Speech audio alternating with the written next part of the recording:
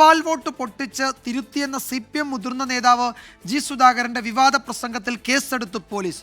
Booth പിടിച്ചെടുത്തതു മുതൽ വ്യാജരേഖ ചമച്ചതുവരെയുള്ള വകുപ്പുകൾ ചുമത്തിയാണ് കേസെടുത്തതിൽ പോലീസിന് വീഴ്ചയുണ്ടായി എന്ന് CPM ജില്ലാ സെക്രട്ടറി ആർ നാസർ 24 പറഞ്ഞു. ജി സുധാകരൻ അങ്ങനെ പറയാൻ പാടില്ലായിരുന്നുവെന്ന് CPM സംസ്ഥാന സെക്രട്ടറി MV ഗോവിന്ദൻ പ്രതികരിച്ചു. ജി സുധാകരന്റെ മൊഴി രേഖപ്പെടുത്തി 24 മണിക്കൂറിനുള്ളിലാണ് ആലപ്പുഴ സൗത്ത് പോലീസിന്റെ നടപടി.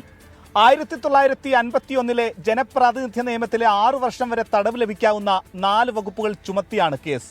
ഡെപ്യൂട്ടി ഡയറക്ടർ ഓഫ് പ്രോസിക്യൂഷന്റെ നിയമോപദേശം ലഭിച്ച ശേഷമാണ് FIR രജിസ്റ്റർ ചെയ്തത്. എന്നാൽ തെളിവില്ലാതെയാണ് പോലീസ് നടപടി എന്ന വിമർശനവുമായി CPIM ജില്ലാ സെക്രട്ടറി ആർ നാസർ രംഗത്തെത്തി. അപ്പൊ അതിനെക്കുറിച്ച് ഒരു FIR ഇടുമ്പോഴത്തേക്ക് അന്വേഷണം നടത്തണ്ടേ? പ്രാഥമിക അന്വേഷണത്തിൽ എന്തെങ്കിലും തെളിവുണ്ടെങ്കിൽ മാത്രമല്ലേ നമുക്ക് FIR എടുക്കൂ. ജി സുധാകരന് വീഴ്ച സംഭവിച്ചു എന്നും കേസ് വന്നെങ്കിൽ നേരിടട്ടെ എന്നും CPIM സംസ്ഥാന സെക്രട്ടറി MV ഗോവിന്ദൻ. അദ്ദേഹത്തെ പോലുള്ള ആളുകൾ പറയുമ്പോഴും ശ്രദ്ധിച്ചു പറയേണ്ടതാണ് എന്ന കാര്യത്തിൽ ഒരു സംശയം.